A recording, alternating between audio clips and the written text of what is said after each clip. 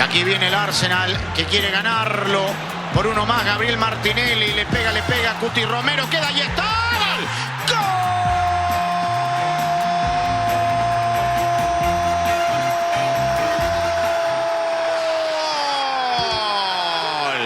Del Arsenal. Lo hizo el suizo Granit Xhaka. Magnífica definición de zurda, aprovechando el hombre de más. A los 21 del complemento. Están arriba los Gunners.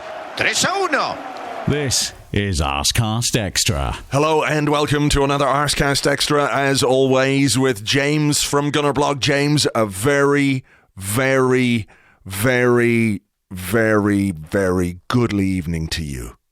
Goodly evening to you too, Andrew. What a weekend it's been. Oh, what a weekend. I don't know if you've seen it, but on last night's Match of the Day, shout out Ian Wright, who reprised his "It's a Great Day" in the post-match analysis. I did see that, and actually, because I'm only home less than a couple of hours, normally what I would do is a kind of do a jingle based on some of the commentary.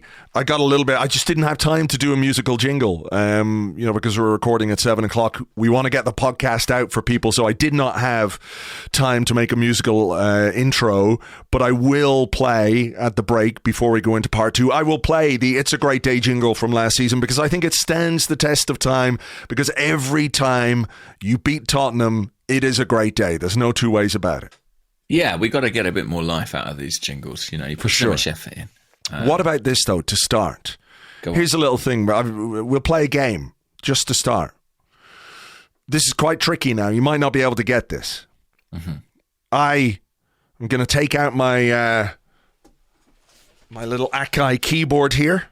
Mm-hmm. Little synthesizer type thing. Got it plugged in. Okay. I'm going to play a tune, and I want you to tell me what it is, if you can think of the tune. All right? Here we go. Hang on.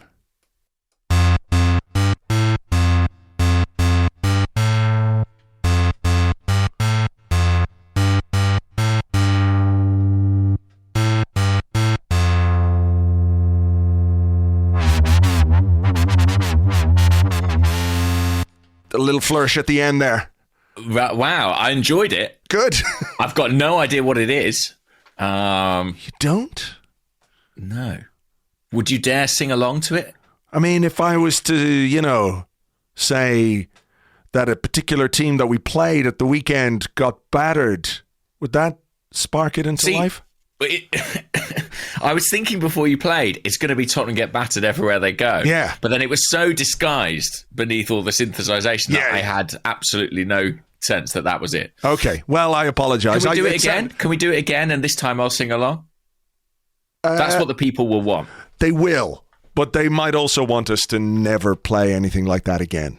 So just to err on the side of caution, I thought that was going to go down a storm, and obviously my musical ear is off, perhaps due to the copious amounts of, there were beverages taken this weekend, as my voice. But I'm sure everyone else at home was singing along. I hope so. I'm sure it's me who's the fool here, as usual. My favourite post-match experience, which happened as I was walking from the stadium to the pub yesterday. I was walking down a sort of Islington side street, and there was this beautiful scene of a grandmother waving as a car pulled away from her house. And obviously the family had been there for Saturday lunchtime, and she was stood on her doorstep waving. The car pulled away, and it was a beautiful sunny day, and I just looked at that scene and thought, oh, that's so sweet, so charming. It couldn't be improved by anything at all. And then as the car moved off, a child in the back, who can only have been about 5 years old, shouted from the window, "Bye, Nanny. I'll have a few words with those Tottenham scum at school." That child is being brought up right, that's for sure. Yeah, there was an approving nod from Nanny, and we shared a chuckle together. Oh. So yeah, that was great, and it was a great weekend all round. To be honest, I didn't know that it could get much more fun, but then they kept cutting away to Sir Alex Ferguson as Manchester City put 6 past Manchester United. So that was really the icing on the cake. Unfortunately, I was on an airplane while that was all happening. I did see the first goal in the airport, but by the time I'd landed in Dublin, it was over. And it was 6-3, and I read that somebody said it could have been about 10 goals to Manchester City, which is, on the one hand, extremely funny when it happens to Manchester United. Because there was a lot of talk, wasn't there, after the game yesterday? People were talking in the pub about, like, what kind of result do we want? Yeah. In the Manchester derby, like, do we want United to win? Or, maybe a draw, that would be good for us. Both teams drop points. I was like, no, fucking Manchester United to be destroyed. That is what I want, because I don't think, our season is necessarily going to come down to whatever result transpires in the Manchester derby, or even maybe between the games between us and Manchester City. But, to affect the teams that I suppose you look at as rivals for the top 4, I want them to lose as much as possible. So, City are a machine. We can all see that. They're a, footballing... I don't know how to really describe them and Haaland and what they do. Up front. It is. It's kind of ridiculous. So I kind of have to just put them in their own box. But if Manchester United can be destroyed and humiliated in the derby, then I'm all for that. I was up for that.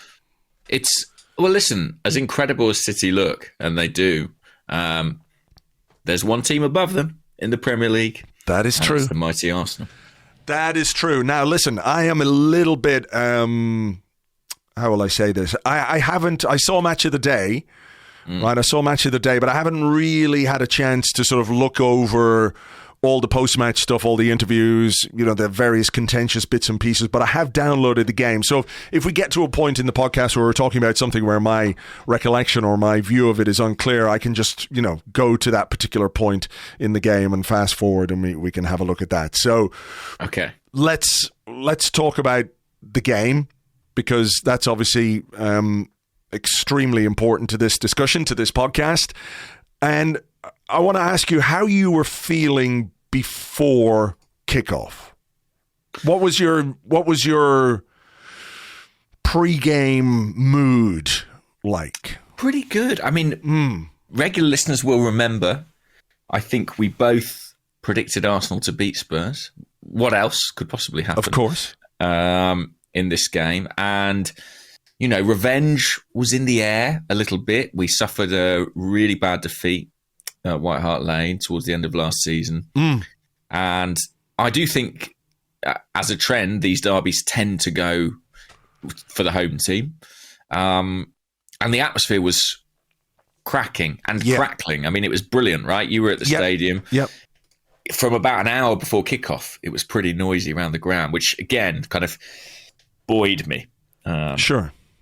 So I felt pretty good. How about you? I wasn't at all nervous. I really wasn't. And we were sort of waiting for the team news to drop to see who'd be fit, who wouldn't be fit, who was going to be in, who was not going to be in. And even before that, I wasn't feeling nervous at all, which is maybe a bit unusual. I'm not going to say I felt like 100% confident, because that would be a lie, but I definitely didn't feel the nerves the way that maybe I felt them, when we were going into this fixture last season. Not this fixture, but the game at White Hart Lane. I certainly felt a bit more anxious. Maybe it's because it was so late in the season, the stakes were so high, etc., etc. But I felt pretty good about what we were capable of doing on the day. And, as it turned out, I think, I think we really made a good account of ourselves, particularly in the second half. Where I thought we responded very, very well to a period late in the first half. We were just a little bit wobbly. So yeah, let's talk teams. Zinchenko was in, Partey was in, Odegaard was back.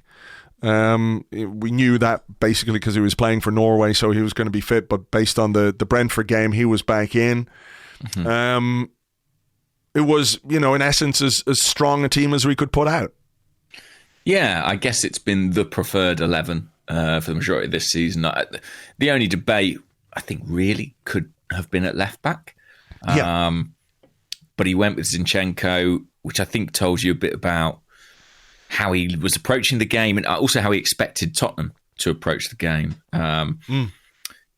So yeah, the team news was very good.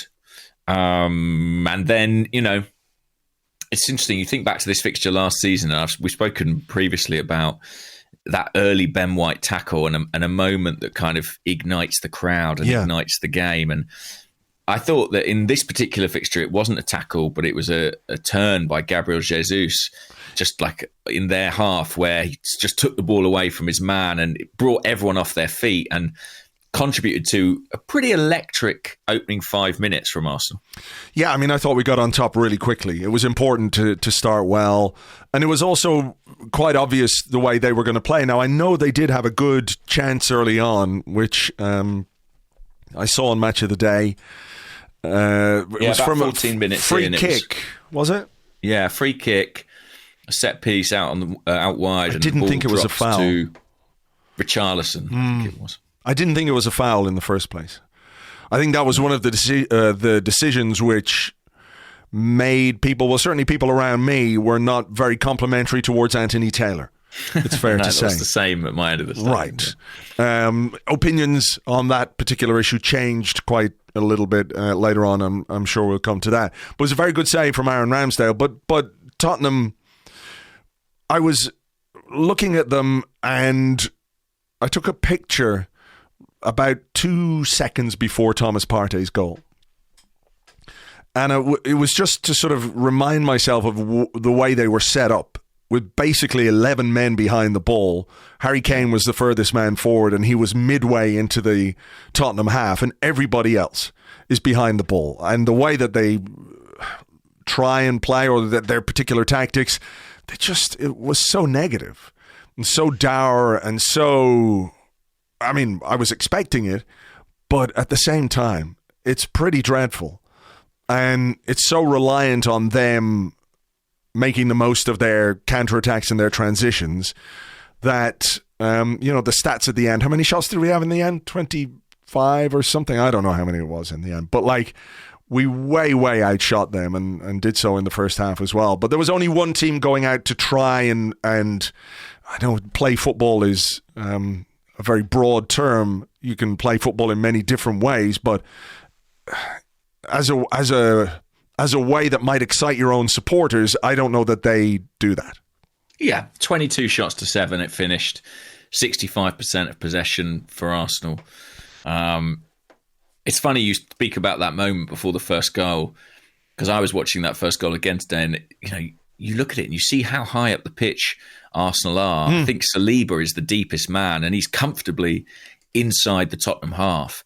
We have 10 men in their half, camped in their half, and they're all, about 8 of their men are in the width of their penalty box. And it is, I think Tottenham have had too much credit, to be honest, after this game even.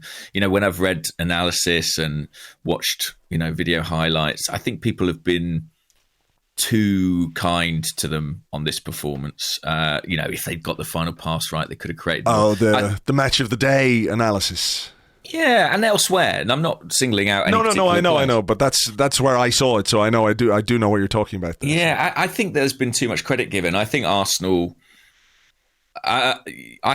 played really well in this game, and they completely dominated Tottenham. And yes, there were fleeting opportunities on the break, and they didn't go Spurs' way. But if you choose to sit back and be so negative and surrender possession, surrender territory, then you reduce your chances of pulling off those moments. Tottenham are lucky. They've got brilliantly clinical forwards, and every so often it does work out for them. But Arsenal are playing the numbers. They're saying, we're going to dominate the ball, we're going to dominate the pitch, and we believe that will, ultimately come good for us. And results are king in football. We know that. If Antonio Conte was at Arsenal getting 1-0 wins or playing on the break and it was bringing us success, we'd all appreciate it. But, these teams are almost level in the league right now.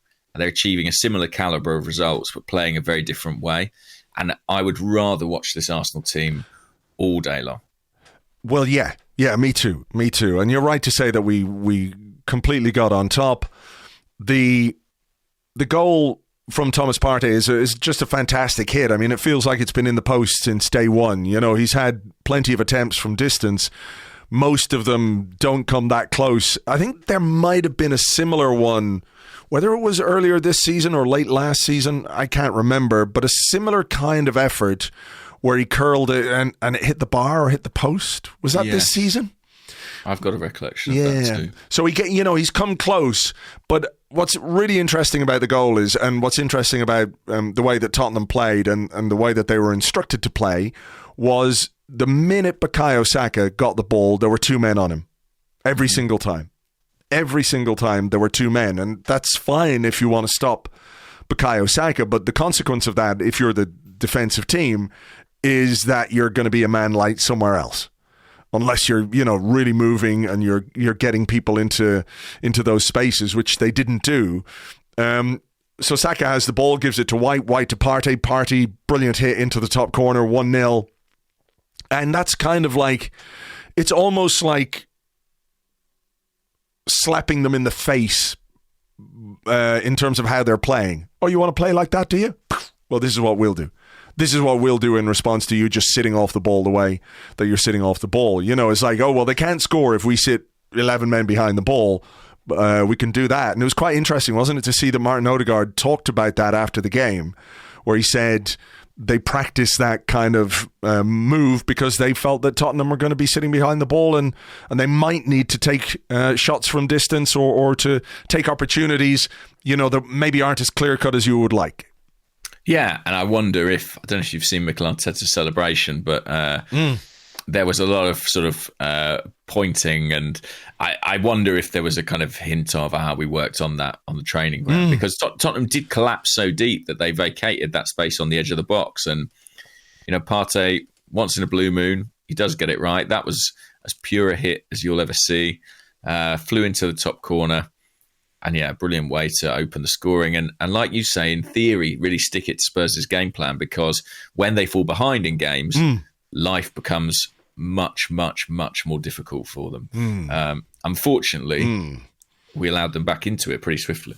We did, didn't we? It was not a great passage of play, which led to the penalty. I think we could have made a foul in midfield, perhaps, to stop the break. Son went past Partey, didn't he? And pretty much the only thing Son did well in the game. And maybe the only thing Partey did wrong in the game as well was just not take him out. Just one moment. And I thought, again, you play one of your fullbacks, it's kind of a choice, over the other. But Zinchenko, I think, was caught very in field in a sort of midfield position and left Richarlison spare on the right-hand side. So even when the pass was overhit, he could get there. Goalie comes out, not sure he needs to stay out as he does. But even saying all that, Arsenal do win it back. Ramsdale gets to the cross, and I think maybe it's White at the far post gets it a little bit away. So it's particularly disappointing almost to concede in sort of the second phase of that move. Yeah. Really sort of clumsy stuff all round. Yeah, it was a poor touch from Granit Xhaka. Yeah. Not a great challenge from Gabriel. Obvious penalty. Was there any part of you that felt that Harry Kane might miss? No, but I did think he would go down the middle. I just thought... Why didn't you tell Ramsdale that? I know. But I just thought, they spent a week with England, probably penalties being practiced. Kane always goes, often goes, let's say, to the goalkeeper's right-hand side. I thought, I wonder if he'll just dink it. But it's asking a lot for a goalkeeper to not move, because you look pretty foolish if it's either side of you. So, yeah, I mean, Harry Kane penalties in North London derbies must be the safest bet going. 100%. It's just like, as sure as night follows day, he's going to get a penalty. It's like his last 4 goals in the North London derby have come from the penalty spot. I mean, that's a problem for us. I mean, he's got a very good record from the penalty spot. We need to stop giving away penalties against Spurs. That would be good. Yeah, I mean, the one yesterday was, I think, definitely a penalty. The one he got at White Hart Lane last year, the Cedric one, still annoys me, because that's a very, very generous decision. But look, they did get back into it. It was 1-1, and I did think for about 10 minutes we wobbled just a little because of that. Because, definitely, I'm sure the players are thinking it too, like, for fuck's sake, like, we've been on top here, and then he gets a penalty, and then, it can rattle you a little bit. But towards the end of the half, I mean, I think Arteta would have been happy to get them in at halftime. But at the same time, there were a couple of moments late in the first half where we looked quite dangerous. There was a Gabriel Jesus chance, which he sort of toe-poked at Lloris after some quick feet in the box. So we did kind of get ourselves back on track before the break. Yeah, there were some nervy moments, though, and I noticed in that period, I had centre-backs playing just in front of me, and there was a bit of frustration from them about where players were stood in front of them, like the spacing wasn't quite right. They couldn't find the out balls as easily.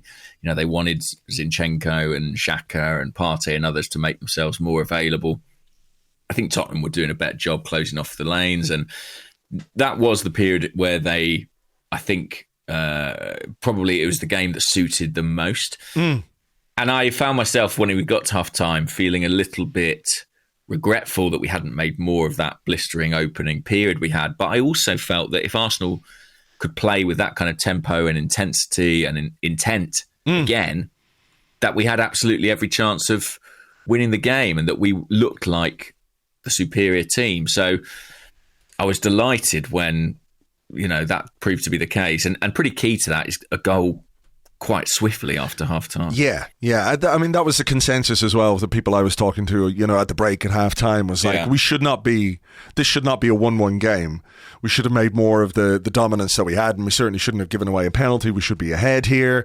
And you can't help but worry a little bit, when you let an opposition team back in. But whatever Mikel Arteta... It's kind of the exact game you would have anticipated. Arsenal bringing the game to Spurs... maybe not quite making enough of it. Spurs getting a jammy goal out of nothing, really. But I saw Arsenal, I think it was maybe on BBC Football's website, they was described as like a high wire act, Arsenal's game plan. And I think that, again, doesn't give them enough credit. I think it was just attacking football. And with attacking football comes an element of risk. Manchester City conceded 3 goals today, but they scored 6. Yeah. And Arsenal played an attacking game. And it was really pleasing to see that whatever happened at halftime, whatever was said, the players came out with a steely focus, and they didn't seem in any way shaken by that end period to the first half. No, they didn't. They put that behind them. I mean, I think it gives you a chance, to reset and get yourself focused again, and they did that very quickly. The second goal, big mistake from Hugo Lloris, but Bukayo Saka, who I think had a much better second half than first half. There was a shot, I think, where he curled it just wide. He was involved quite a lot on that right-hand side. Again, they were doubling up on him the whole time, but it was his initial shot that was saved. The rebound off the defender goes under Lloris, and Jesus is there. He's strong. He holds off the defender and puts it in. Like, that must have been right in front of you, basically, was it, where you were? It was, yeah. And I sort of found myself initially wondering quite what had gone on. Saka obviously cuts inside, has the shot. I think the real error, if I'm honest, from Lloris is actually on the first shot. He spills it right in front of him, and it comes off Romero and sort of skids under him. But I'm a bit more sympathetic to him with that one, because it's kind of a freak thing that it goes through him. Jesus, I think, did really well to hold Romero off and also not commit a foul. Goalkeepers are so protected in those situations. Any boot vaguely near Hugo Lloris's body is going to cause problems, but he managed to sort of, hold off the defender, skip round the goalkeeper, poke it in, and a big goal for him in his first North London derby, which is, kind of sets the seal on a fantastic start to his Arsenal career. Yeah, I'd sort of tipped him for a hat-trick, but just one will do, I suppose. Yeah. And I think as well, it's interesting watching Spurs. I think their goalkeeper, I said this to you in the pub after the game, but I think he's a bit of a problem for them. There's some good graphics. I saw Kai Kainak on Football London, just about the nature of his kicking, how deep he plays. It does inhibit them, and it meant they kept giving the ball back to us time after time.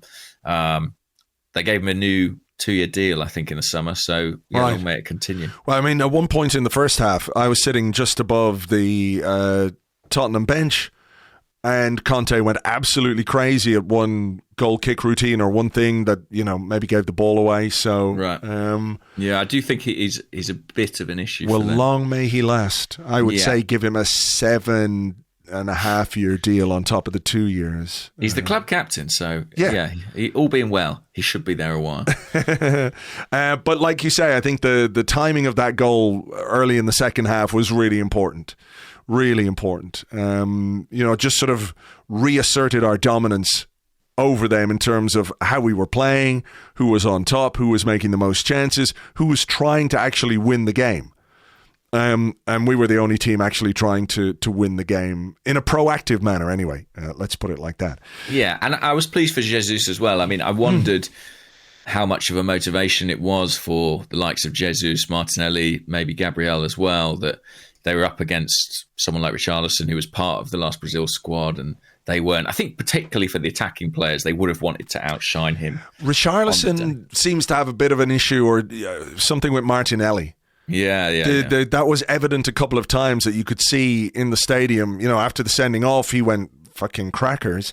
And there was another moment or two where he was like, I can't remember whether he was complaining about Martinelli being fouled or fouling someone or whatever it was. But you can see that there's something there between those two, whether it's there and Gabriel as well, a couple of times. There was something going on because the ref had a good word with the two of them at one point, didn't he? Whether it was just before the break or just after the break, I'm not sure. There's no love lost, let's say that. No. Between those players. And I actually thought Jesus and Martinelli were both very, very good. Jesus could have made it 3-1, really, and I suspect might well have done had he not been injured a few moments before. Do you remember that one? I do, yeah. I think he went down looking for a penalty, which looked like a penalty from where I was sitting.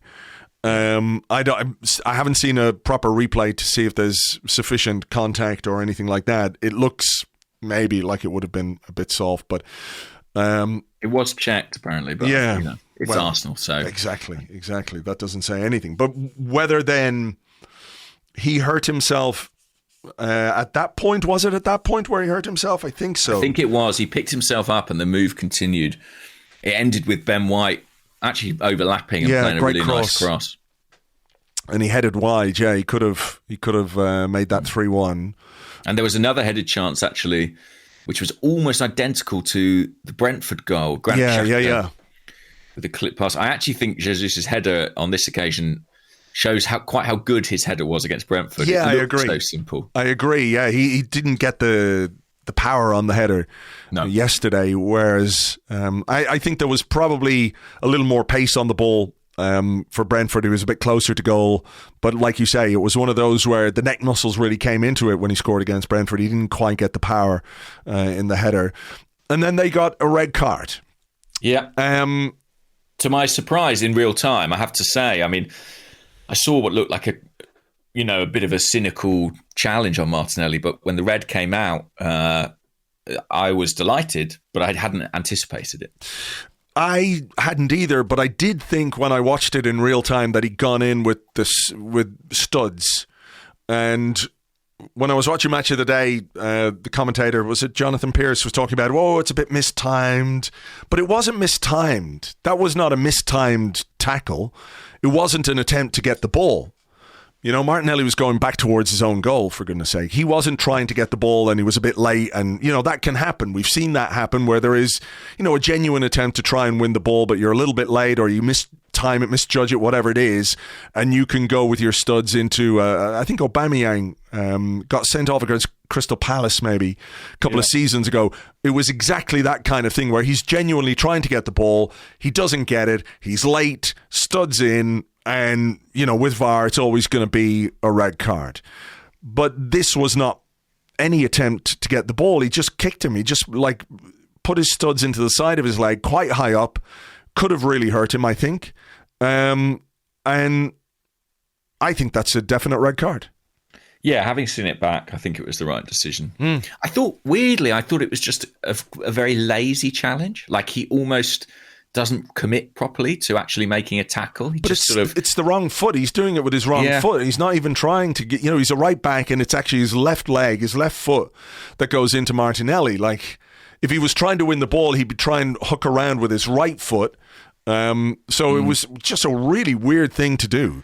I think, yeah, I mean, I don't know that he went to, do the Achilles. I think he just sort of hung his leg out to just sort of make a passable effort at defending and caught Martinelli, badly. So quite pleasing, really, to see that given as a red, because it feels like one that maybe could be a red, but isn't often given. Yeah, and I think they get away with a lot of shit. They get away with a lot, and often have against us. And we've been very harshly punished at times. When you think about, again, last season, the penalty, the Rob Holding red card, which, I'm not going to argue about the second yellow, but maybe the first yellow, given it was a bit of a battle between himself and Son, was a bit harsh. So it's about time they got some. And Harry Kane gets away with a lot and has got away with a lot. So maybe it's just like an accumulation of cuntery that's finally caught up with them. Sure, cuntery karma. Yeah, exactly. So we scored pretty quickly after the card. Yeah. Was it before or after he made all the changes, though? Because at one point, I think it was after he made the changes. It was 3-1 when he made the changes. At one point, he was going to make 5 subs. Because he had 5 subs on the touchline. Yeah, he was set to become the first Premier League manager to do it, I think. Someone said Solskjaer did it, maybe. I can't remember. Really? Perhaps. It was just the 4 in the end. Just the 4. But before that, we scored a very good goal. Thomas Partey involved again, combined with Granit Xhaka, Gabriel Martinelli. Took a couple of defenders with him, and it just set up beautifully. The momentum of Martinelli's shift to the right allowed Xhaka to shift the ball to the left and get it out from under his feet and fire it in. And, with them down to 10 men, I felt quite relaxed at that point. Yeah, and it's strange to say this, but when that ball dropped to Xhaka inside the penalty box, I really had confidence that he would finish it. I guess he strikes the ball very well. And we're just not used to seeing him that high up the pitch or in that position. In those areas, yeah. I mean, what a season he's having. Yeah. And it was an interesting game because I thought in the first half he was maybe less influential than he sometimes is because it wasn't really a midfield game. Spurs don't really play midfield. It's not really a thing they do. And so there was almost less requirement of him. But I thought in the second half he really grew into it and... Yeah, the amount of times he sort of provided a threat in the final third was quite amazing. But a really good finish and a really nice moment, I think, to have again, that celebration in front of the North Bank. Yeah, Arteta went mental as well on the sideline again. He just went crazy. And there's brilliant pictures as well, isn't there, of like Xhaka running across to the fans and Zinchenko's on his knees on the TV coverage. It was a great picture. But, Xhaka has as many goals as he has yellow cards this season. So... it would be nice if he could keep that up, or maybe get more goals than yellow cards. But look, keep one of those up. That would be nice. It surely would. And then the subs came, and to be honest, that was. I mean, I saw that as Conte sort of conceding the game. Damage limitation. That's all that was. It was complete damage limitation. He took off Richarlison, who got a very, very good reception from the Arsenal fans, who really appreciate what a nice person he is. Not quite. Son came off, obviously. Again, a very warm reception for him. Yeah. Richarlison got more pelters than Son, that's for sure. Well, that's saying something. Yeah.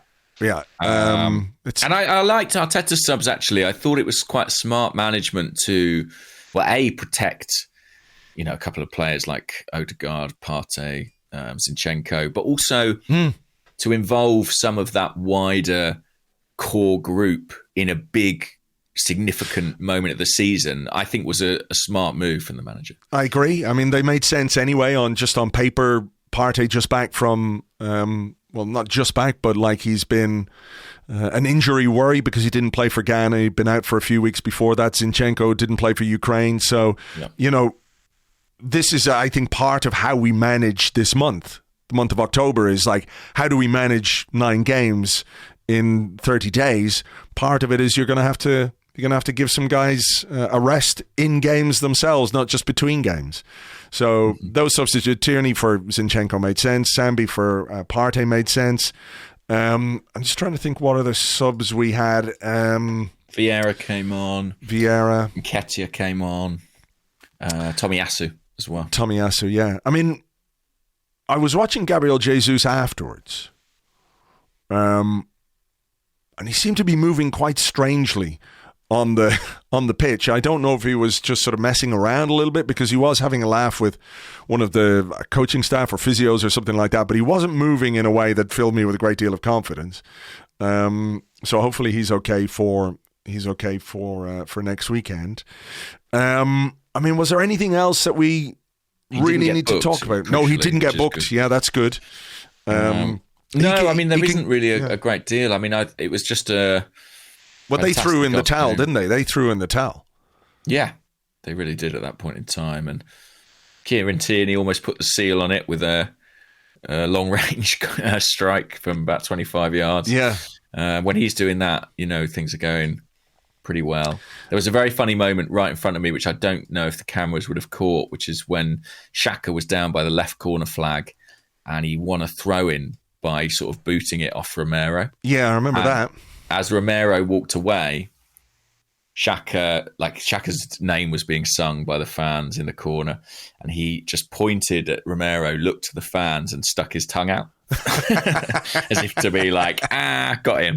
And it was really funny. And again, sort of indicative of the rapport he's built against the odds now with his supporters. I also enjoyed Ben White applauding the about 7 Tottenham fans that were left in the ground when he had to go off and walk all the way around the ground. I think he gave them the 3. Oh, did he? Is that what it was? Yeah.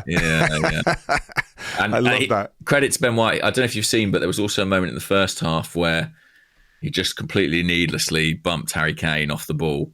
It was in our box. Yeah, I mean high risk strategy from Ben White, especially against Spurs. But yeah.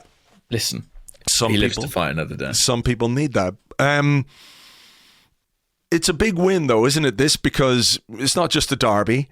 This, they would have gone ahead of us had they won. Mm-hmm.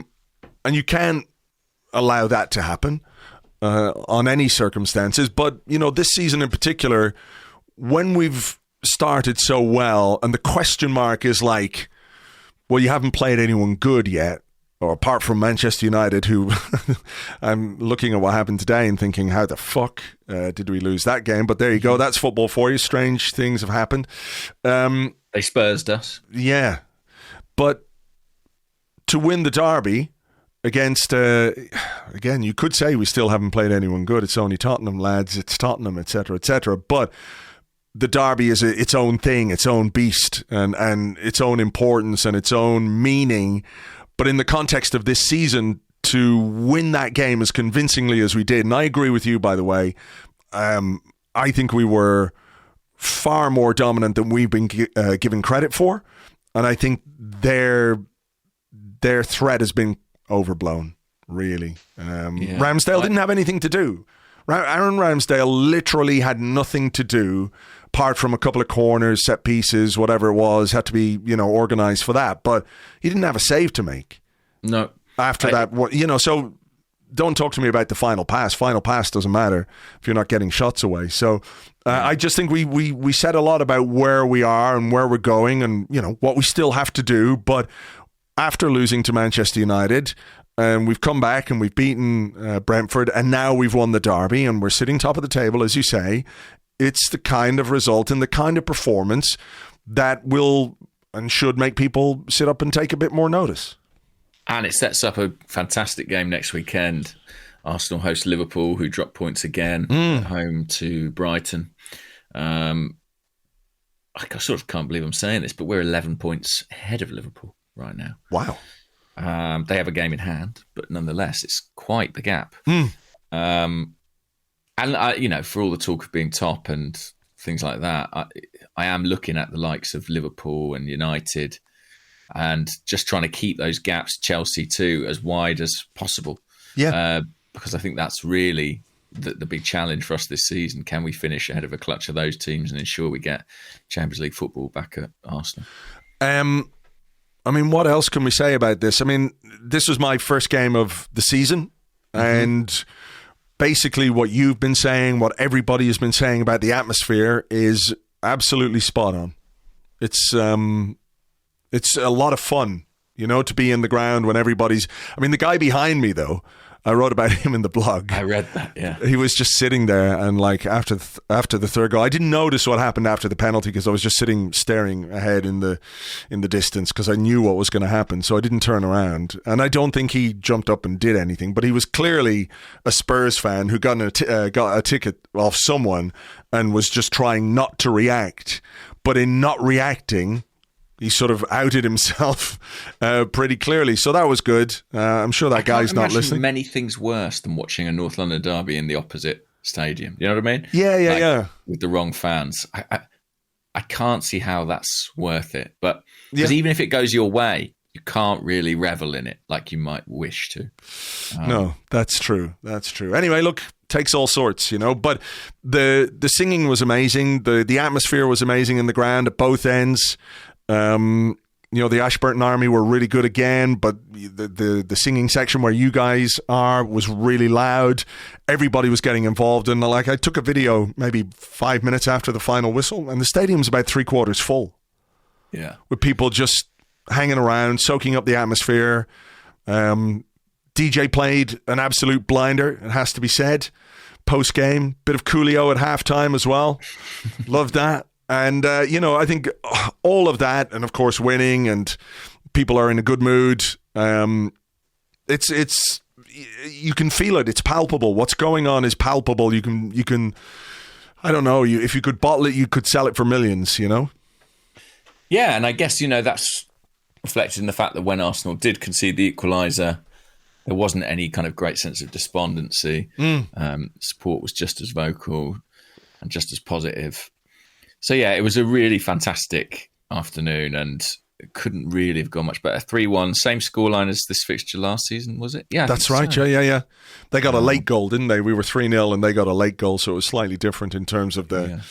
But I seem to recall they exerted a bit of pressure in that one in the last 10 minutes. There was the Son shot that was tipped onto the bar, the deflected shot, and there was this slight sort of sense of, we rocked a bit, whereas I think in large part due to the sending off, from when we were 3-1 up, it was really cruise control for us. Yeah, it was. And them throwing in the towel, waving the white flag of surrender, basically, with their substitutions and everything else, was jolly pleasant. I haven't seen any Antonio Conte reaction to it. What did he have to say, or have you watched? I think he said the final ball wasn't good enough. Yeah. But listen, I mean, I said I'd rather watch Arsenal. I can't emphasise that enough, really. I mean, I do think the Spurs team, the centre halves, Romero's a good player, but the other two are cloggers, to be honest with you. A lot of long ball, a lot of uninventive, unimaginative stuff. They obviously have a fantastic front line, but if they don't, over-deliver, then Spurs come a cropper. And you speak to their fans and they'll say, yeah, we've won a lot of games, but we've not played well for long periods of games. And what I find encouraging about Arsenal is you look at the 8 matches they've played, I think you can make a case that they've dominated or been on the team on top in every single one. Even the one they lost at Old Trafford, they took the game to United. And 8 games in, I feel very, very happy about where we are. I'm also mindful that 8 games in a 38 league season, it still isn't that much. No. But you can only do what you need to do. You've got to start somewhere. I get it. I understand why. Sometimes we feel like we need to qualify things because things have not gone well. Sometimes we've had little periods where we've gone well, but I enjoyed the bit towards the end of the game. It was in injury time. I think the ball came across to Vieira. Maybe he could have taken a shot. He might try to play a pass. Could have been to Martinelli. I can't remember what it was. But it was a good chance to score a 4th goal. And Mikel Arteta went absolutely mad Like he was fuming. He was running up and down. He was, what the fuck? Like, and that really says something about the standards that he's trying to implement at this football club, right? Like, even though it's 3-1, even though everyone knows we're going to win, he wants more. Mm-hmm. He wants us to be more clinical. Even if Tottenham get battered everywhere they go, he wants us to batter them a little bit more. Double dip batter. You know, I really like that. I was watching that going, fucking fair play. You know, because he's feeling every minute of it. Like, he wants 3-1 win. I'm sure he's delighted with it. 4-1 win, give me that if you've got it. 5-1, you know. So it's encouraging to me anyway that even in the circumstances that we were in, where it was obvious we were going to win the game, he was still demanding more of his players and looking for greater ruthlessness. And I hope, you know, in future games you see that. Absolutely. And just, you know, we're always talking about the context of our season and where we might finish and what this might do to the league table or what it means for the next game. The derby is a thing unto itself, and you win the derby, and that's one of the high points of your season. And we did that on Saturday, and it will be a very positive memory whatever happens between now and May, and it kind of deserves to be judged on its own merits. You know, it's obviously not a cup final, but it has something of that quality to it. It is almost a one-off event that you want to win just for its own merit, and Arsenal did that quite emphatically. They certainly did, and it was indeed a great day. We will be back with your questions and more in part 2 right after this.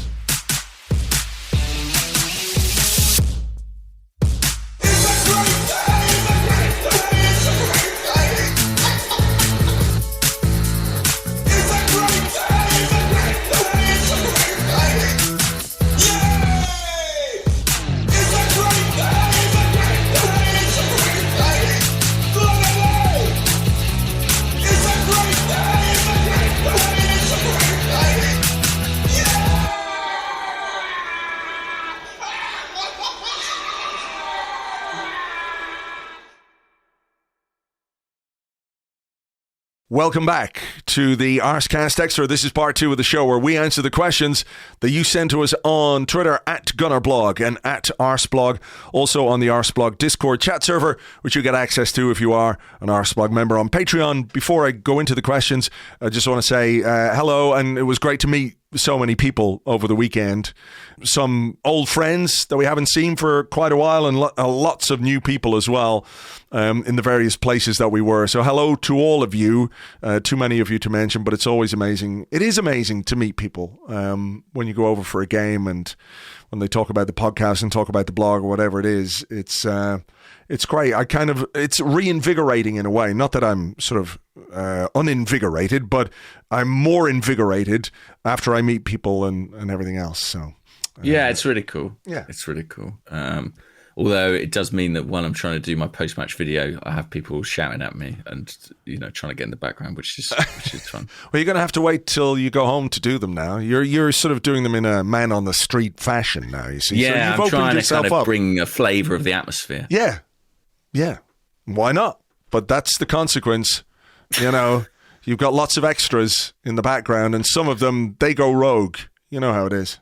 They can't be relied upon. That's true. Cool. Do you want to go first with the questions? Do I want to go first? Sure. Why not? Big Harrow 99 on the Discord says, why does Kane continually get away with it? Yesterday was a dirty kick stomp at Gabriel and no mention anywhere. Nothing from the ref or the commentators, but watch it again. It's there. Dirty fucker, is what he says. I think it's his nationality. I think it's his status with the national team. Mm-hmm. And I think it's probably the way his media profile is managed and the perception of him as a player. But it is insane. I mean, the amount of stuff he gets away with is completely ludicrous. I don't think it's that we're specifically attuned to it as Arsenal fans. I genuinely think it's just a bit of a travesty that he's allowed to go around the pitch seemingly doing pretty much whatever he wants. Yeah, I mean, I think that's right about the nationality. And, listeners of a certain vintage will remember Alan Shearer. Was he England captain when he kicked Neil Lennon in the head? I'm not sure. He certainly was England's leading striker. Yeah. Whether or not he was the captain already. I'm not quite sure if he was. But that was one of those where, had it been a foreign ruffian, there probably would have been... I think it would have been different if Neil Lennon had kicked Alan Shearer in the head. I think the coverage would have been. So. Yeah. I think there's an element of that with Harry Kane. He's sort of England's leading goal scorer. He's probably the most important player in terms of scoring goals for England. So nobody wants to upset him. And I don't know how he gets away with it. I don't know how more isn't made of some of the stuff he does. The thing on Gabriel was completely unnecessary. He didn't need to do that. He went in with his knee towards his head, although I did enjoy the way Gabriel reacted and got the crowd really pumped up after that, if you remember.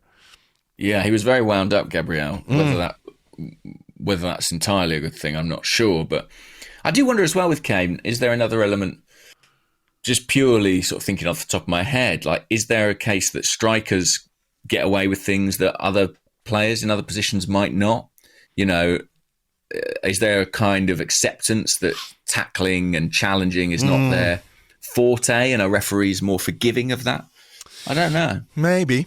Yeah, strikers challenge, you hear people talk about that. But, yeah, he's cynical, Kane. He knows precisely what he's doing all the time.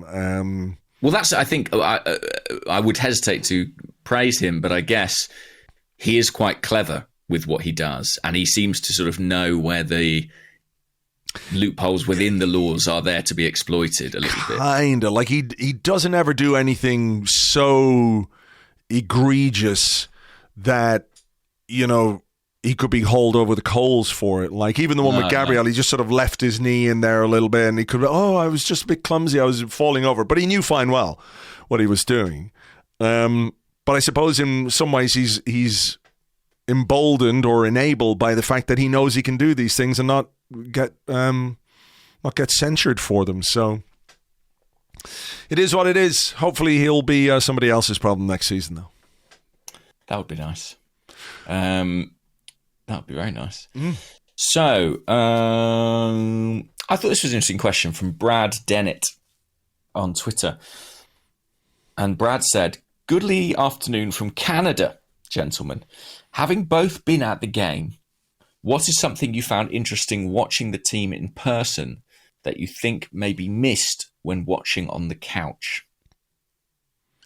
Oh man, there's all kinds of things, aren't there? Little interactions, the way that players speak to each other, or the way they react to certain things. Like, I thought Gabriel Martinelli had a really, really good game yesterday. Fantastic game. But there was a moment in the second half where he stopped chasing, could have been Son, I can't remember who it was. We got it clear in the end. We didn't turn into anything, but had there been a chance for Tottenham, it was because he was watching but not doing his job. I don't know if I would have seen that as clearly on the television, given that it didn't come to anything. Like, if it had been a goal, if they got a goal, for example, you'd see the replays and you'd see that thing. But you can watch all those little things where just over the course of 90 minutes a player might switch off for a few seconds, and you can see how that can impact a game. There's a similar one actually did you watch the highlights of the Brighton-Liverpool game? I've actually not seen that. Right. No. So the third Brighton goal, after being 2-0 up, Liverpool got it back to 3-2. They were ahead. And there was a similar kind of situation where Luis Diaz didn't chase back and Trossard got his hat-trick goal. And there was a similar thing there with Martinelli. It's not to be critical, it's just something I noticed in the game. But I suppose it's the way that players react to things and talk to each other. And, you mentioned the Ben White thing. They probably didn't have TV cameras on him as he was going around the ground, making his way back. Watching the managers is always quite interesting. The way that the set-piece coach comes into the technical area whenever we're dealing with or taking a set piece, I think is really interesting. I don't know quite why, whether there's some signals or something else. I'm not 100% sure, but that's an interesting thing. The Arteta goes and sits down and the set piece coach comes out. Well, he didn't always go and sit down, but sometimes he goes and sits down. So I think that would be what I would say, the interaction between coaching staff and team. That's something that's often not captured by the cameras. And you mentioned, Arteta's frustration at a missed chance or, someone failing to track a runner. I find that fascinating, just sort of seeing how he engages with the team. And, when he pulls a player over to have a chat with them, I noticed, a couple with Xhaka in the first half. Yeah, I saw that too. There was one because Perisic had a lot of space out on the left-hand side. Like, he had loads of space to go down the left. And they actually got the ball over to him pretty quickly. And it could have been the one where I think he flashed a shot wide of the post. Yeah, in the first half. Wide. He sort of went for the near post. Yeah, didn't he? But Xhaka got I think he got dragged in field with a player. He went with the runner. Maybe he could have stayed a little more central, which would have allowed him to get back quicker. But after Perisic had taken the shot and gone back, Xhaka and Arteta were chatting on the sideline. We're chatting, and Xhaka seemed to be saying, well, what am I supposed to do here? And he was giving him some instructions or whatever it was. And I don't think that Perisic had quite that much space again, So sort of addressing a little problem in real time and seeing it play out like that is quite interesting. Yeah, very much so. Okie dokie. Let me see if I can find a question here. We had a load of questions. There's my voice going.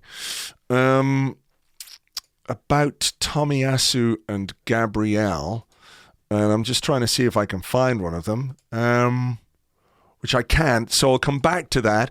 And this one comes from Committed on Twitter, who's at MTU254. And he said, I noticed that Xhaka and Partey celebrated each other's goals with extra relish between themselves.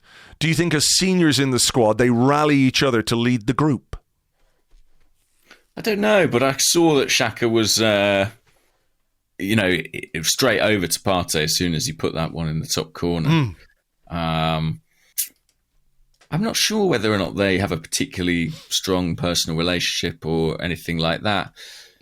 I'm not sure that Partey is a hugely sort of demonstrative, vocal figure within the group. I think he's someone who, if he's going to lead at all, leads by example, by the quality of his play and his performances. I don't think that he's a Xhaka-like figure within the dressing room. But listen, they are both very important to the team. That much is clear. And, I'm not sure that we achieved the result we did on Saturday without either of them. And the gap when Partey is in the team and when he's out is pretty substantial, isn't it? It is. I thought that was maybe his best game for us. There was a sort of... He was everywhere, but without being manic, if that makes sense. Like, his reading of the game was really good. So, yeah, I don't know. I mean, maybe just because they're two guys of around the same age. Yeah. They have a little bit of a kinship in that sense because it is a pretty young team otherwise. And maybe just because they're both midfielders, Partey scores, Xhaka scores. And I'm sure there's some stuff that goes on in training where, there's a bit of... I'm sure Granit Xhaka down the years has had some ribbing about the amount of goals he scores and doesn't score, Partey too, to an extent. So maybe there's a bit of that to it. I don't know. But it's certainly a positive relationship. I'll go back to the other one. Go on. Adrian O'Sullivan, like loads of people have asked this question, so I apologise because I can't read them all out, but just a couple. Adrian O'Sullivan, who's at AOSully1, says, don't want to rain on what was a fantastic performance, but should we be worried about Gabriel? Another error yesterday to go along with a few he's already made this season. Is it worth going with White at centre-back and Tomiyasu at right-back? And Ramji, who's at Satya Ramji on Twitter, says, Gabriel has made a few mistakes in the last few games. Now that Tomiyasu is back, do you think we should try the White-Saliba partnership at some stage in the season? Or is it something we shouldn't really be that worried about? Well, I mean, if we're going to talk about Gabriel, I think first we have to talk about William Saliba. It's kind of remarkable we've got this far into the podcast without talking about him. I've got a question about him. So okay, right. Fine. Well, he is Arsenal's in-form centre-half at the present point in time. And so inevitably, there's going to be debate and discussion about who should partner him. Gabriel is certainly a more rash, I would say maybe more emotional player than Saliba. Yeah. We saw that a bit of that yesterday. He gets drawn into situations and he's fiery and he plays on the edge, and it means that he can make mistakes and he can pick up cards, where Saliba's just, ice in his veins, so cool, so cold in the way he seems to play. But to be honest, maybe that's a good balance. Maybe it's not bad to have a bit of fire and a bit of ice. I still think that Gabriel is a really important part of this team. I think his left-footedness does lend us something in build-up. I think the physical dimension he brings to the team is really valuable. The threat he can provide in the opponent's box. I'm curious to see what a White and Saliba partnership would look like, but I'm not at all in a position where I'm, close to giving up on Gabriel or anything like it. I mean, the age he's 24 now. I think the next 2 years will be pretty crucial in his trajectory and in his development. And I think he's got the potential to iron out some of these mistakes. But I think he's always going to be a guy who plays with that emotion and who takes maybe more risks than some other centre-halves. And that's just sort of the trade-off, I guess, you accept when you select him. What do you think? Yeah, I mean, look, I don't think it wasn't a great challenge for the penalty, but a lot went wrong before that, as we talked about. And I guess he felt like he had to do something in the box because if he didn't, maybe Richarlison gets a shot away and scores a goal anyway, So, look, I do think this is an interesting thing because, Tomiyasu, people think about, well, if we bring Tomiyasu in, he's going to play at right back and Ben White will move into the centre of defence and will shift Saliba to left centre half, I guess. That's the way it would work. I don't know necessarily why I make that assumption. Just based on the fact that Ben White has played right centre half and Saliba's played left centre half before at times in his career. But Tomiyasu is a left-sided centre half for Japan. Yeah. And it might be interesting to consider him in the left central defensive role. Like, I don't really have a big issue with Gabriel either. I think he is going to make a few mistakes here and there, but for the most part, he's very solid. I don't think he's anywhere close to being a problem or anything like that. So I just think it's interesting the way this is going to play out over the course of this season, because there are going to be times where, our defensive roster needs to be tweaked, whether it's injury or fatigue or whatever it might be. I just wonder, like, if, let's say you get to a point where you have to rest Gabriel, do you then bring Tomiyasu at right back, move Saliba across, move Ben White across, or do you just shift one piece and, do Gabriel for Tomiyasu in a particular game? I mean, maybe. We had this question from Jota Dege on Twitter, at Jota Dege 90, and they said, do you think Arteta expected to keep this current back four well into October, or do you think White at right back was initially more of a stopgap in his mind? I doubt the plan was for Tomiyasu to be on the bench this long, but maybe performances have kind of forced the manager's hand. I think that's a fair point.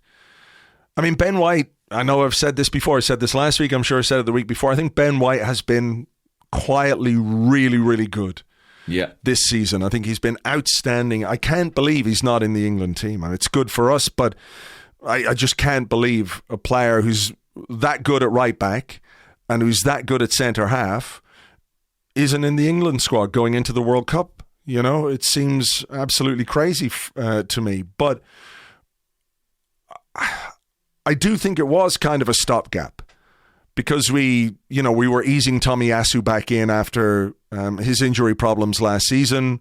Saliba came in and has played so well, like you cannot drop him. You just can't drop him, but you can't drop Ben White either. So the casualty of that, I suppose, is Tomiyasu at the moment. And that's not something I thought I would say this time last year when he came into the team and was absolutely brilliant. And showed what a really, really smart, intelligent defender he is, and I think he still is. But he is suffering a little bit because he was out with injury, and the team is doing well. It's the hardest thing in the world is to get back into a winning team if you're on the bench, because a manager is reluctant to change too much. And one of the things that has been working very well this season is Ben White at right back. So if you don't have to change it, I don't know why you would. But this is a long season. This is a long, weird season where we don't quite know what's going to happen to the players when they come back from the World Cup and when the World Cup break is over for the players who didn't go and who've, not necessarily down tools in the middle of the season, but it's going to have a physical impact on them as well. So we don't know. And I do think that there are going to be times when you're going to have to change, and players will get injured and everything else, and there'll be chances for people to come in and stake their claim. But, I don't think it was necessarily his plan. Do you? I don't think he anticipated Saliba being as good as he's been. And maybe he didn't quite anticipate Ben White being as good as he's been at right back. I mean, I thought he was excellent yesterday. And, Spurs sat so deep that it meant Arsenal had a lot of possession in those around the halfway line, and that I think that justified ultimately the selection of Zinchenko. I know defensively he didn't have a perfect game. He actually didn't have his best game on the ball either. No, but when your opponent is going to give you 65% of the ball, then it makes sense to have people who can really play in those fullback areas. And I think Match of the Day said Ben White had more touches than any other Arsenal player. So that shows you how important he was. And he's doing all sorts of things from right back. He had the layoff for the Partey goal, but he's playing penetrative passes into the forwards. He's overlapping as he did for that Jesus headed chance. He really can do it all, and he's a good defender as well. And he, I think, at the moment is so good in that position that I'd almost be loath to take him out or loath to move him. I mean, that trio of Gabriel, Saliba and Ben White is the foundation that underpins this Arsenal team ultimately. And I don't see a good reason as yet to break it up. But inevitably, we will see different combinations. And like you, I'd be curious to see Tomiyasu as a left-sided centre-half, because we've barely seen it in his time at Arsenal. Yeah. He does it pretty regularly at international level. We'd just a slight follow-up question about Ben White from the Discord from Nono Sayogo, who was talking about Ian Wright, Match of the Day, talking about how good he's been. He said Arsenal fans have been slowly falling in love with him over the last year, yet non-Arsenal people still don't value him. What is it about his game that is holding people back from understanding how good he really is? Don't know, because to me, he looks like a top-class footballer. Everything he does is so classy. The way he carries the ball, the way he passes the ball. I've said before, he looks like someone who could play in any team in the world. And I really believe that. Like, I think you could put him in that Man City back four and he would look right at home. So I don't know. I think there are a couple of things that I can imagine might count against him. One is unfair conclusions drawn after a difficult Premier League debut that are still hanging around more than 12 months on.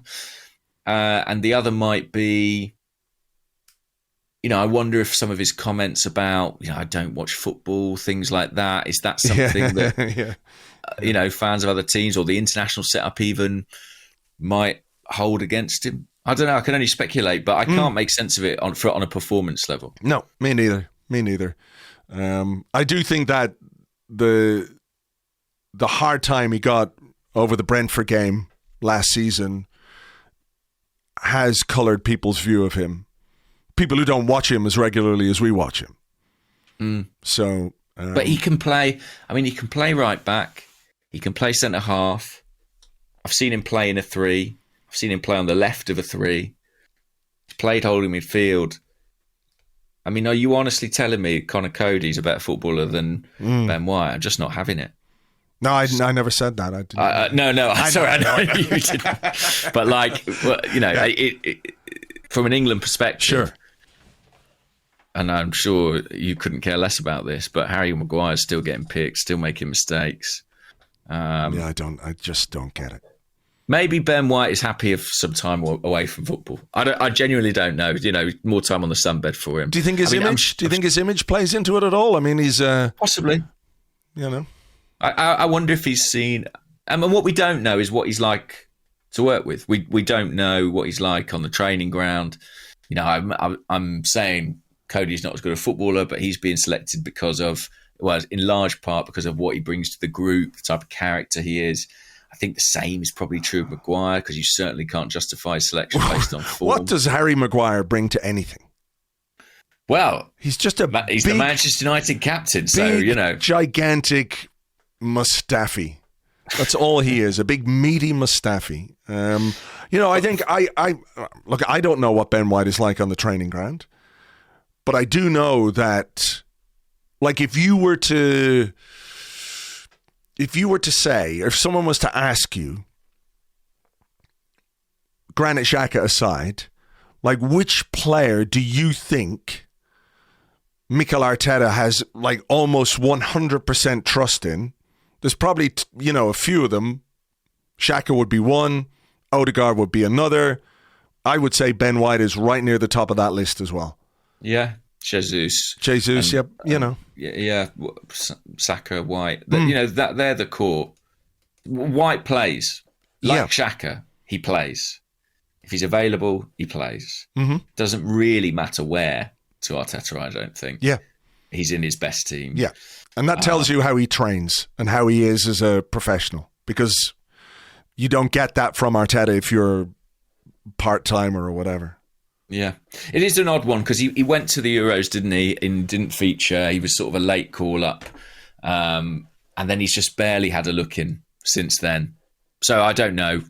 For whatever reason, the England manager doesn't fancy him. But if England carry on like they've been playing, I suspect Gareth Southgate won't be the manager. It's very strange to me that a manager who seems to like defenders more than any other kind of player, right backs in particular, isn't into a really good defender.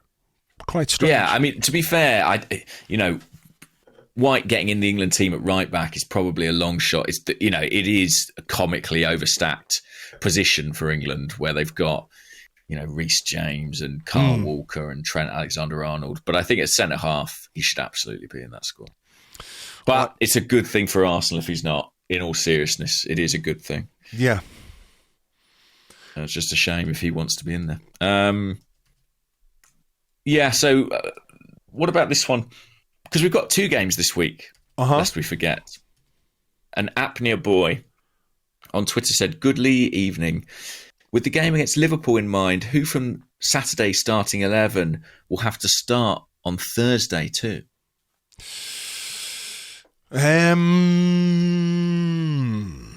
Right, so let's try and pick a team. So if you play Turner in goal, Tomiyasu right back, Tierney at left back, Holding at centre half. You've got a centre half that might need to play, so it could be Gabriel. So there's one. Lokonga for Partey, Vieira, and another midfielder. There's a gap as well. Potential, that you're going to have to play Xhaka. Someone. Your front 3 can be Nelson, Nketiah, and Marquinhos. Yeah. So you got two positions. And it would depend, I guess, on whether Mikel Arteta sees someone like, I don't know, Matt Smith. Would he be ready to play a game in central midfield? I think he could. He's played plenty of league football, in his loan spells. But I don't see that happening. I think he'll go with seniority, at least from the start. So, I wonder if we might see... Xhaka did two games away in the interlull as well. Yeah. Like, I know he's a very robust. Touch wood, very robust and available Touch all player. the wood that is available to you right now. But, you also have to bear in mind that he is heading towards 30 and, you've got to take care of him a bit. Is he 30 already? I think he could be. Close, if not. Yes, turned 30 on the 27th of September. That's the day after my birthday. So there you go.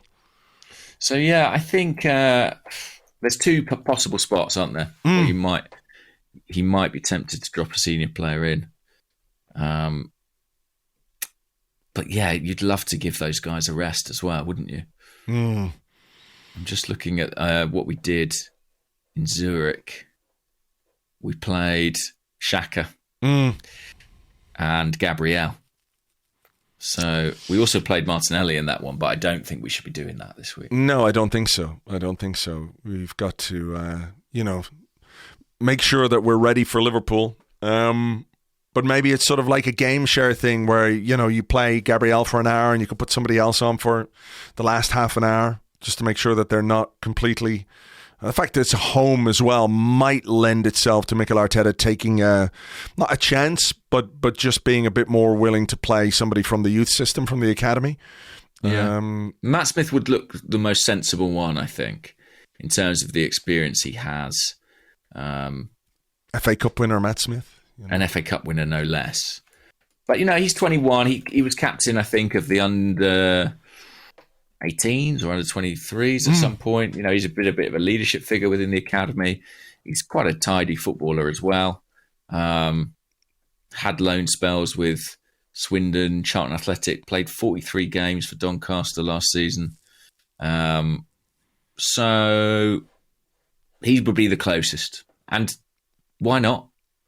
Why not? Yeah, if it's not going well, you can make a change. Exactly. Richard Kirk asks a question about William Saliba's contract, about how long before we start to panic about the lack of a Saliba contract. Now, next week, during the January transfer window. And we had a little conversation about this after the game, didn't we, in the pub, that I think I said, I cannot remember a 21-year-old player with a stronger negotiating position with a football club than William Saliba when it comes to a new contract.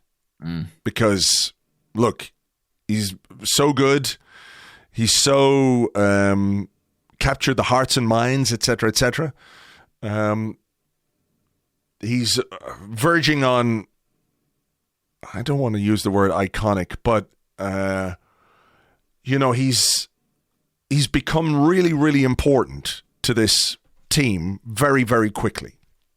I thought some of his defending on Saturday was just unbelievable for a guy of 21. There was one he got back, he chased back and, snuffed out a chance that Tottenham might have had down the right in the first half. Kane really didn't get anything out of him all game. I thought his reading of the game was really, really good.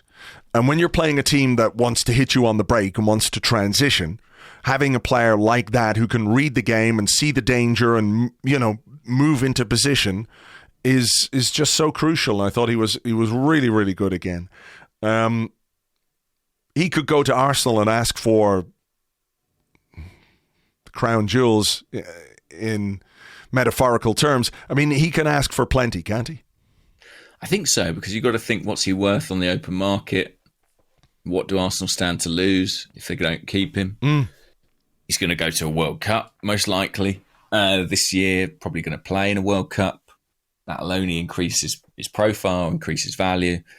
Yeah, it's a deal Arsenal need to get done. But you can't really blame the Saliba camp if they choose to bide their time a bit, right? No. Because his stock is rising week by week. Well, yeah. I mean, if you're thinking about it from a career management perspective, we're looking at it in one way, right? We're Arsenal fans. We want him to sign. We're desperate for him to sign a new contract. And I don't think in any way, shape or form you could say that he is he's unhappy at Arsenal. He looks to be very happy. He looks to be well integrated. He's playing well. Teammates love him. Fans love him. All of that kind of stuff. It's all there. But at the same time, if you're managing the career of a young player And if you're advising them, you would say, just keep playing, keep performing. And when we go to talk to Arsenal about a new contract, we can do so on the basis of a season of very good performances and maybe a couple of scary bits of interest from elsewhere, which, is part and parcel of the process when you're negotiating a new contract, right? It's like, well, they're offering a bit more than that. And they, so from that, I think that's something we're going to have to contend with as Arsenal fans, that the way this is going to play out is probably not going to be as simple as we would like. Yeah, I think that's accurate. And it may take more time than we would like, but it's a massive priority for Arsenal. It has to be, because these performances, I thought he was just imperious at times yesterday. I mean, the level of composure in one so young is extraordinary. And I thought, on the English coverage, they had Cesc Fabregas in the studio, and he was talking in glowing terms about Saliba. What did he say? He said he could be Arsenal's starting centre-back for the next 15 to 20 years. So we look forward to I don't know how long we should make this contract. We could have a 41-year-old William Saliba playing in the Premier League. But I know what he means, though. He's just, he's a sensational talent. They saw it, to be fair, when he was a teenager. Spent a lot of money to recruit him at that age with the hope he would continue developing as he has. He's here now and he needs to stay because he has been, I think, as important as anybody in the improvement in Arsenal this season. No, I agree. He's been brilliant. And, for a player for a central defender of 21 to be doing what he's doing is not normal. No. It's not normal. But then it's not normal to be playing at the highest level of French football at 17, and he was doing that, So he's always been ahead of his contemporaries. And he looks like he's just loving it. But he's so effortlessly cool. I mean, even as he was leaving the pitch yesterday, he was being serenaded with the Saliba song. DJ stuck it on, after the Granit Xhaka song. But he just he did acknowledge it. But it's not like he was out there sort of soaking it up and, cuddling everybody. He just kind of acknowledged it with a raise of the arm, strode off down the tunnel, purposeful. Yeah, he's a very, very good footballer, and he very much knows it. And I think it's partly what makes him so good. Yeah. What a man. What a man. Someone should write a song with that title. What about this question from the Discord? I thought this was interesting. It's either from Greg Justum or Greg Justham. Don't know. I don't know either. But Greg says, a lot of focus has been on our schedule over the next month. But if you look at our rivals, let's pretend our rivals are beyond just Man City here, they have really tough periods with the Champions League games coming just as often as our Europa League games. Am I the only one who sees this next month as advantageous for us versus the other top sides? We will rest most key players, while they may have to play players like Kane, Haaland, Salah, etc. every few days. That's a good point. That's a good point. I don't think you can make 10 or 11 changes for a Champions League game. Well, certainly not most of them. No. The same way you can with the Europa League. Europa League gives you a chance to, again, with all due respect to the opposition, to rotate fairly substantially. Mm-hmm. And that was always, the thing about the Champions League is it's not really the Thursday, Sunday schedule that people talk about with the Europa League. That's the issue. It's when you get into the Champions League is you've got to play your first team more often. You've got to play more of your first team players more often. I suppose the thing is they're probably a bit more used to it. But yeah, maybe it is an advantage, particularly if are Liverpool playing midweek? I think they probably are. Yeah, just see. Look, Liverpool fixtures. They will be. They're playing Rangers. Okay, so they could rotate quite heavily for that one, I would say. No, I mean, seriously, they could. But say like Chelsea, for example, Chelsea in this period over the next month or so will have 2 Champions League ties against Milan, one against Red Bull Salzburg. They've got fixtures against Brentford away, United they play. So there's a lot of juggling to be done. Tottenham's fixtures, they've got Champions League games against Eintracht Frankfurt and Sporting. Okay, look, maybe they're not the toughest teams you can face, Marseille as well. But it's the Champions League, right? They have to treat it very, very seriously, and they probably don't have quite the same depth as some of the other sides. In the Premier League, they play Newcastle. They've got a game against Liverpool in early November. Like, our fixture list does look daunting, don't get me wrong, but I think the question raises an interesting point. Yeah. I think it's going to be tricky for a lot of these teams. That's true. And, hopefully they find it extremely hard going and so drop we are a going lot to of win the points. See, look at United's fixture list. I mean, yes, they've got only Europa League games against Ammonia. I don't even know who Ammonia are. Really? And Real Sociedad. But then they've got league games away to Everton, at home to Newcastle, home to Spurs, away to Chelsea, home to West Ham. I mean, that is a tough run of games. So let's see. I think we shouldn't be too despondent. I think it's a tough test for all these teams, but we have lost a couple, right? We've lost El Neni in midfield. We've lost Smith Rowe. Those are pretty substantial blows in terms of our depth to navigate this.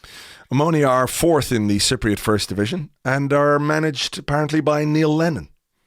Wow. So maybe Neil Lennon can kick Marcus Rashford in the head or something. I don't know. Sure. That'd give us a bit of belated an revenge against the English. Here is a question from James Doherty, who's at _X_Tuft,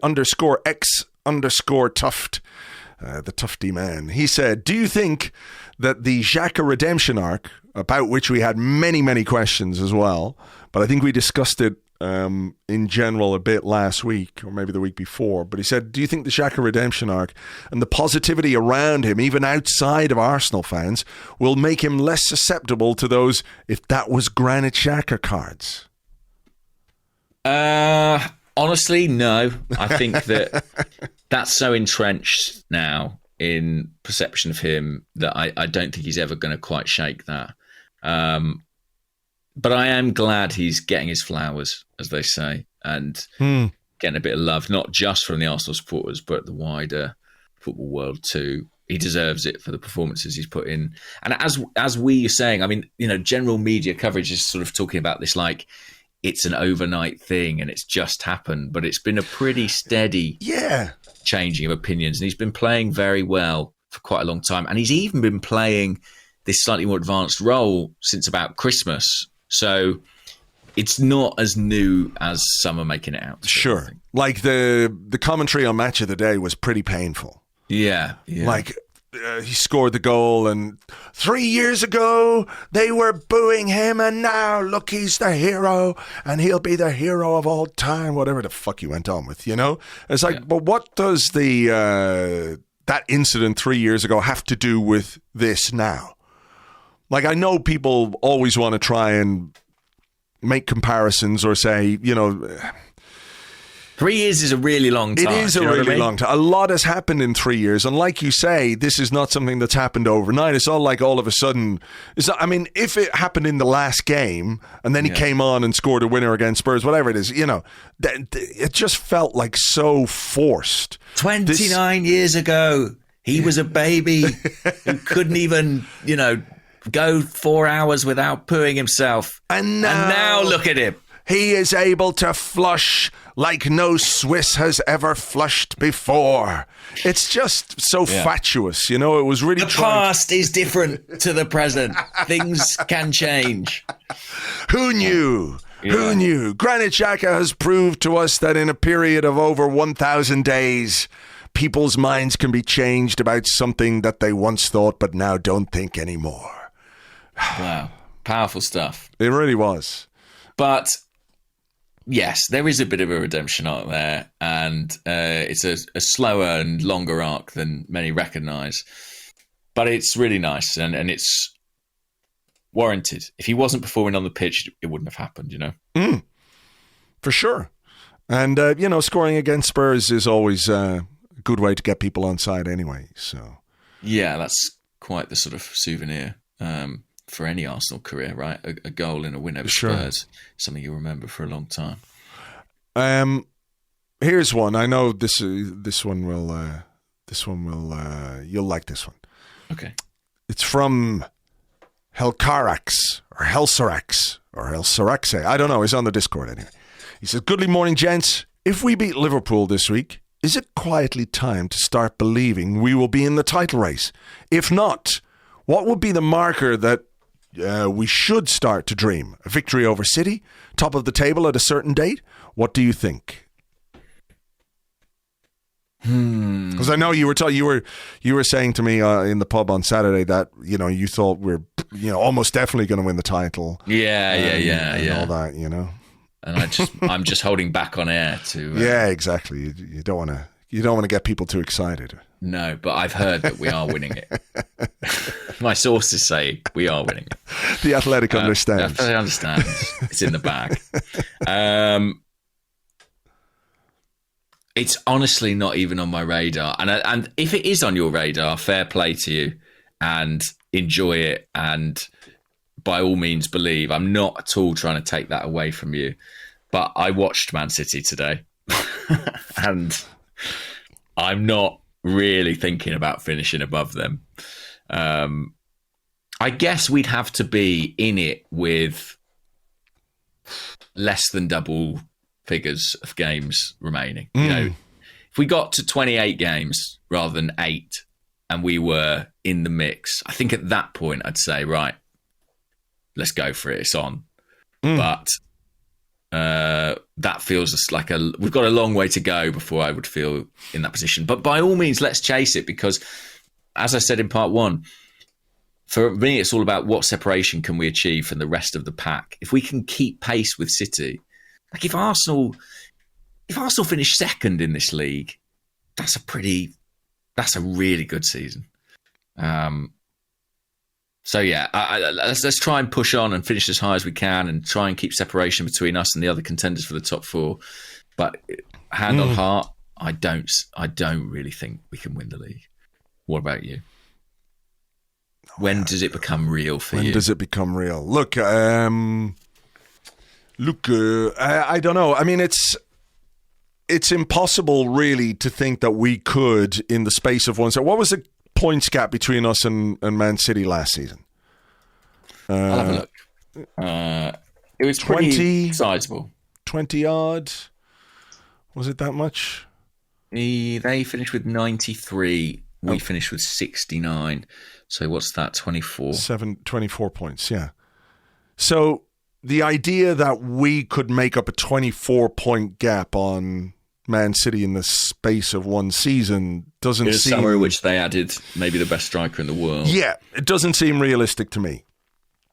But we are winning it. But clearly we're going to win the league. But when will people believe? That's the question. They'll believe it when... It's like when I'll believe we've signed a player when I see him on the Arsenal website holding up the shirt. When the trophy is holding up the shirt. Yeah, when the trophy is being awarded, I might start to believe then. Look, I think... If we get to the World Cup and we're still in the top 2, then people will say, with some justification, let's go for it in the January window and try and win this league. Do you know what I mean? Like, I think whether that's realistic or not, I don't know. But if we're given 6 weeks to think about it across December and January, there'll definitely be conversations on shows like this about winning the league. Yeah, I love this team and I love where it's going. I don't think we can realistically beat Manchester City because of everything that goes on at that football club, the resources that have been pumped into it, the experience of the manager, the experience of the players, the quality of the players that they have, the greater depth that they have. The robot goal man, robot goal machine, fucking Terminator guy. Unless unless Arnold Schwarzenegger comes back through time to melt him into, like, mercury, he'll just come back to life, though, won't he? He'll just reignite himself as... He can't be killed. He can't be killed. You got to get him into some kind of furnace. Lure him into melt him into, like, some kind of metal. But ultimately, I think realistically, you know, we need to look at this season as one in which we consolidate ourselves in the top four. And I think based on what we've seen so far, you can be relatively optimistic that that's an achievable goal for us. Yeah. A title race is different from winning the title, though. Like, if we can stay in touch with Manchester City over the course of this season, that would be huge progress. Huge progress. And obviously then after that, you've got to build on it and try and do better and improve all the time. But this season, I think maybe it's just a little bit too early to think about Arsenal as potential title winners when the opposition that we're going to have to contend with is as strong as it is. I really strongly agree with that. Yeah. But listen, let's cling to them. Let's melt Erling Haaland, is what you're saying. Let's melt him down. Let's melt him down and win the league. Yeah. For God's sake. See how fucking Pep deals with that. How are you going to score goals now and your striker's just melted goo? It's not going to happen, is it? He'll go back to the false nine, I reckon. And they'll still win it. And they'll still win it, yeah. Right, will we leave it there for now? Because I guess we've got to get this out. And it is getting late. And I'm quite tired. I've done a lot of traveling today. And it's been a long sort of weekend and everything else. So we should probably leave it there, right? Yeah, I think so. I think we've covered it. I think we've covered everything. From Arsenal being brilliant, Spurs being cunts, and liquefying Norwegians. What more could people want from a podcast? To be fair, because I know we have some Norwegian listeners, it's just one specific Norwegian we want to... Yeah, not all of you. Not all of you. Martin Odegaard is safe. He is. I saw an interview he did with... what's his name? Fjortoft. Jan Arge Fjortoft. Yeah. It was in Norwegian, but I understood it because they put subtitles on, which was very considerate of them. Generous, yeah. And he was joking with him about, like, you know, you're in the title race, you're going to go for the title. And he was saying, look, just, you know, we've got to keep our feet in the ground. We're going well. We're very happy. But, you know, it's very early days in the season. We're just keeping our feet. And then he said to him, but seriously, Martin, are you practicing lifting the trophy? And he said, calm down, you, which I thought was a great way of putting it. So, shut up, Jan. Yeah. Maybe he needs to get melted as well. We'll see. Yeah. You're going in the big melting pot. Yeah, we'll have to. Early. But you know what will happen then? They'll emerge as like a super Jan Arge Fjortoft. Jan Arge Haaland. Yeah, the crossbred, slightly less good Norwegian striker. Good in the air, though, at times. Yeah, that's true. All right. Well, look, we will think about what kind of monsters we're going to create with our melting furnace thing. To you guys, as always, thank you very much indeed for being here. It is a busy schedule, a hectic schedule. I'm not quite sure what's going to happen this week in terms of podcasts, but we will do stuff for you on Patreon. We'll have the post-game podcast probably on Friday. What time is the Bodo Glimt game? Is it 6 or is it 7:45? It is one of the 8 o'clocks. 8 o'clock. I really dislike 8 o'clock. I don't know what the difference is between 7:45 and 8. 15 minutes. Thanks. But I hate it. It does make the whole thing a lot later, doesn't it? It does, yeah. I don't know why I hate it so much, but I do. Anyway, we'll cover all of it because October is going to be football mayhem and podcast mayhem and blog mayhem and everything else. So we'll make sure you're up to date and everything else. For now, though, take it easy and we will catch you on the next one. Bye-bye.